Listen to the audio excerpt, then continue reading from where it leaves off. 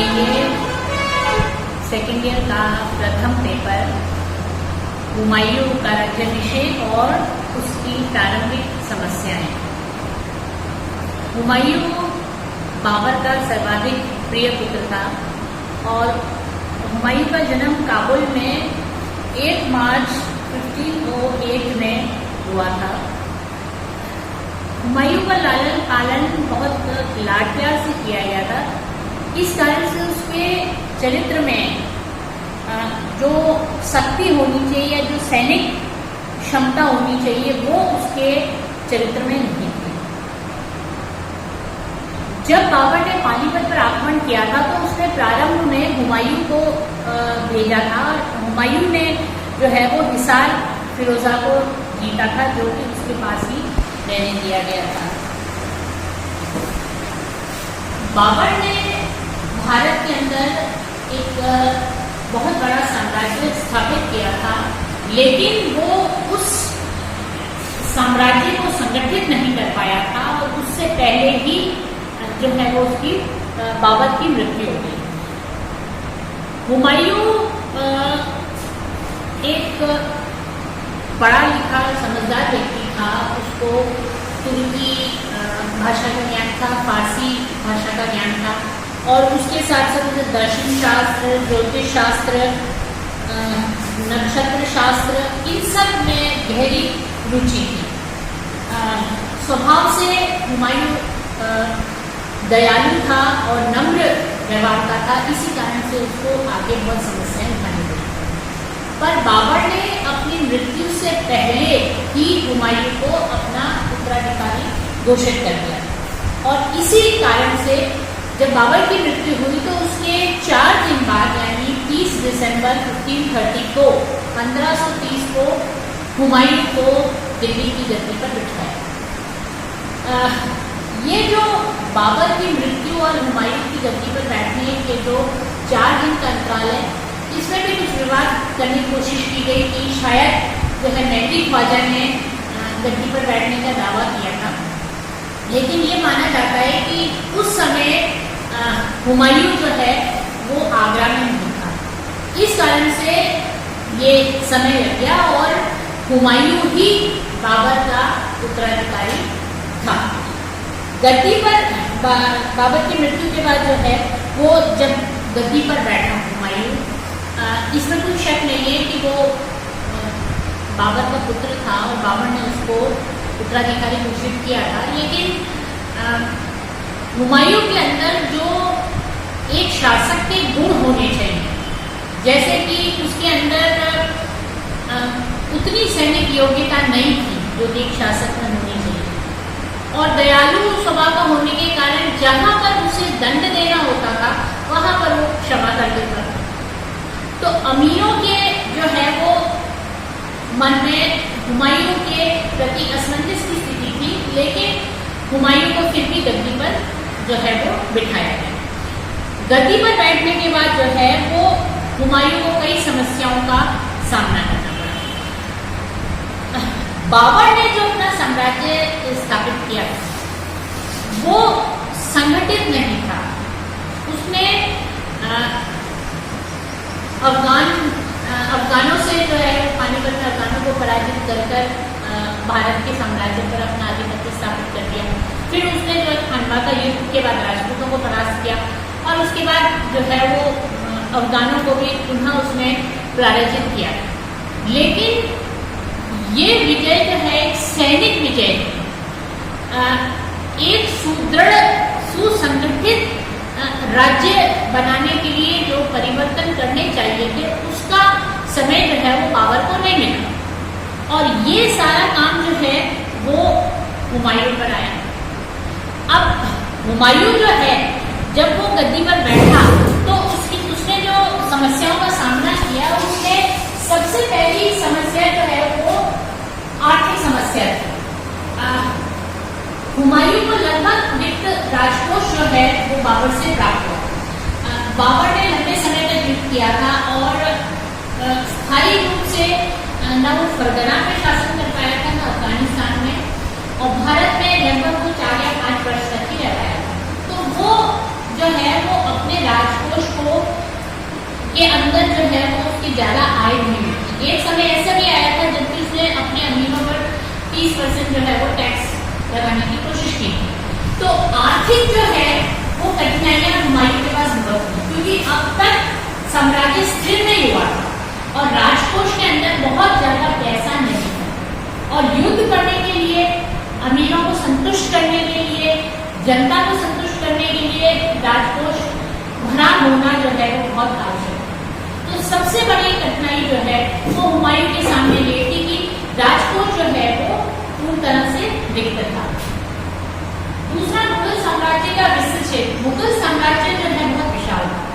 भारत के अंदर तो खाली बल्ख जो है वो भी उसके अधीन आता था, अफगानिस्तान भी उसके अधीन आता था और भारत में राजपूतों का क्षेत्र और पूरा मध्य भारत जो है वो मुगल साम्राज्य के अधीन आता था। अब इन सब स्थानों पर इसको बाबर ने जो है वो एक विशाल साम्राज्य निश्चित रूप से बना दिया, लेकिन उसमें समस्या क्या थी कि ये साम्राज्य की जड़ें अभी मजबूत नहीं हुई।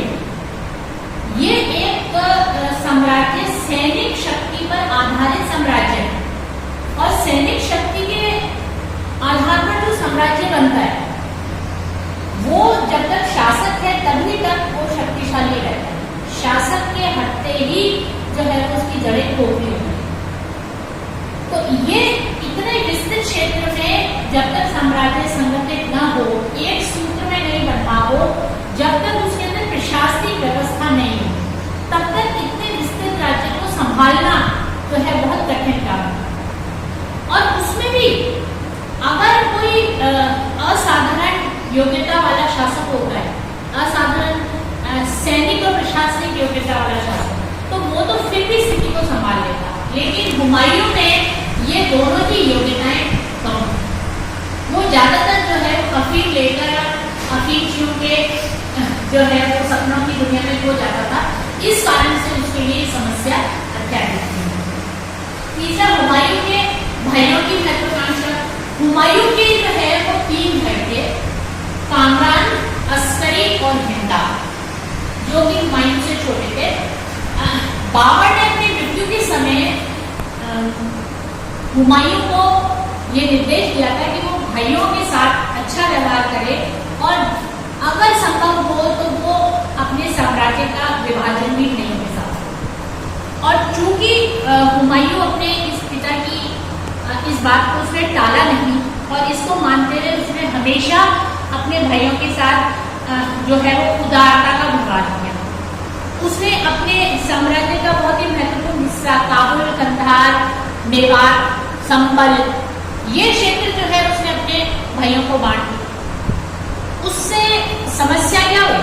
उससे एक बड़ी समस्या ये हुई कि ज्यादातर जो सैनिक अच्छे सैनिक माने जाते थे वो इन क्षेत्रों से आते थे।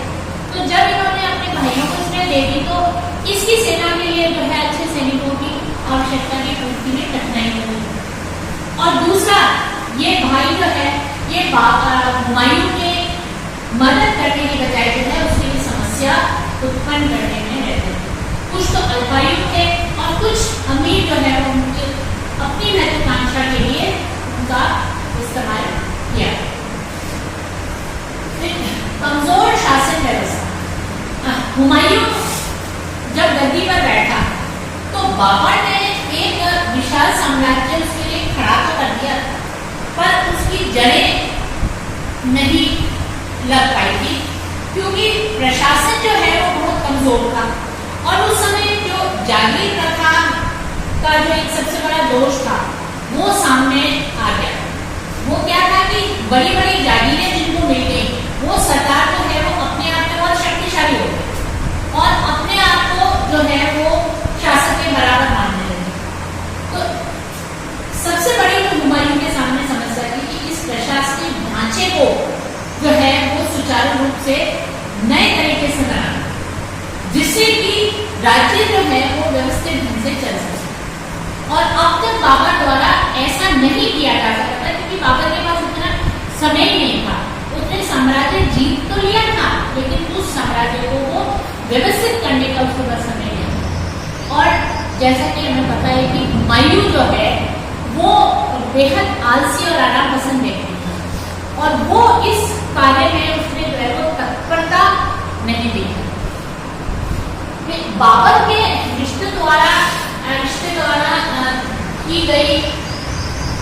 महत्वाकांक्षा या उसके रिश्तेदारों को बाबर के बराबर माना।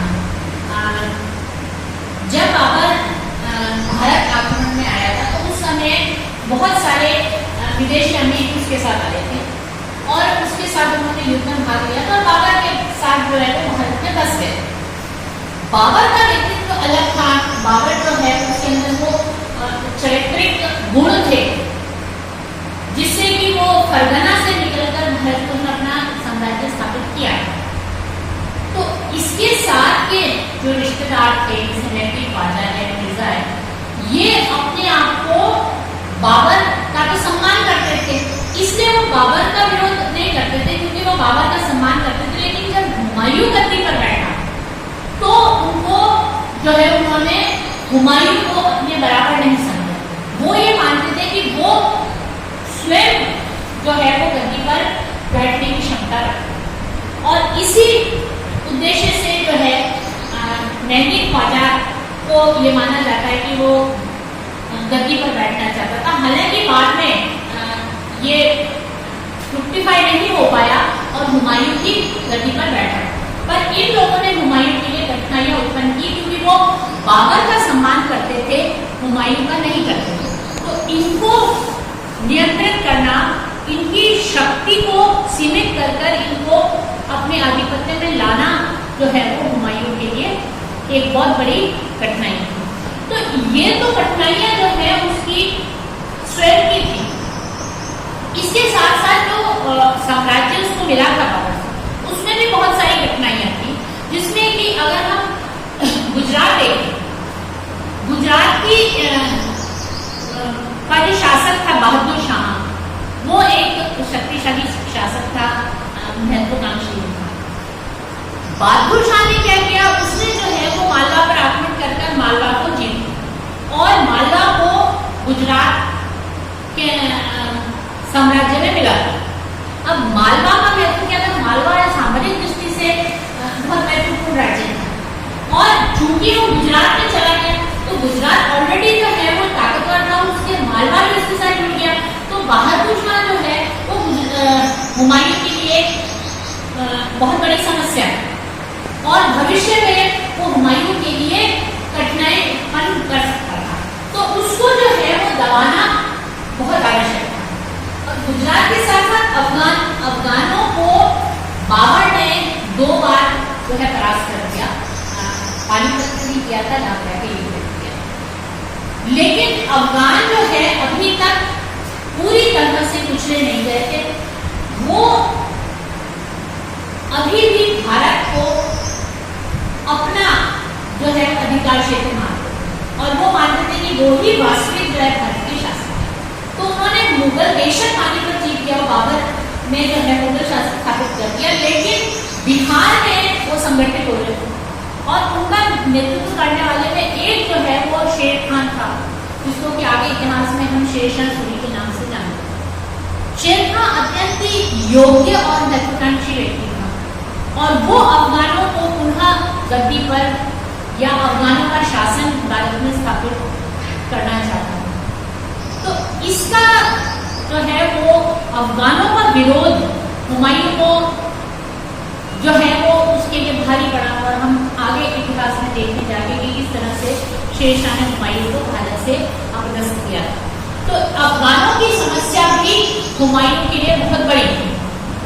उसके बाद बंगाल का शासक, बंगाल के अंदर भी जो है वो नुसरत शाह जो है उस समय बंगाल का शासक था। उसने इब्राहिम लोदी की पुत्री से शादी कर ली थी और वो अपने आप को जो है वो बंगाल का नेता मानता कर हुमायूं के आधिपत्य को स्वीकार करने के लिए तैयार नहीं। तो यहाँ पर बंगाल के भी जो विरोधी स्वर थे उसको दबाना हुमायूं के लिए आवश्यक था। सिंध और मुल्तान ये तो सही है कि बाबर के शासनकाल में सिंध और मुल्तान ने बाबर का आधिपत्य स्वीकार कर लिया था, लेकिन उसका एक कारण और था, वो ये था कि गुजरात से जो है वो सिंध और मालवा को डर था, सिंध और मुल्तान को डर था कि गुजरात जो है कोई आक्रमण न करे। तो उसके डर से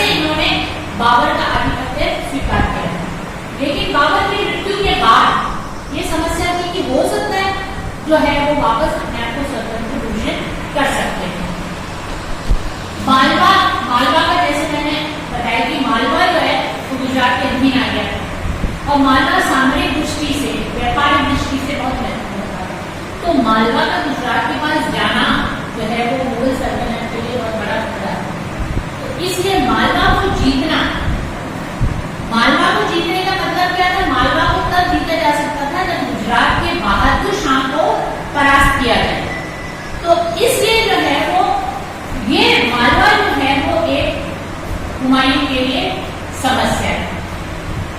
कश्मीर में हालांकि उत्तराधिकारी संघर्ष चल रहा था, लेकिन ये एक कश्मीर में एक वास्तविक स्थिति थी कि वो भी जो है वो मुगल सरकार के विरुद्ध विद्रोह कर सकता था। राजपूताना में राणा सांगा के बाद जो है वो संघर्ष हो गया था। मेवाड़ में जो है वो उत्तराधिकारी कौन हो, रानी कनपति ने भी हुमायूं से सहायता मांगी थी। उसने जो है वो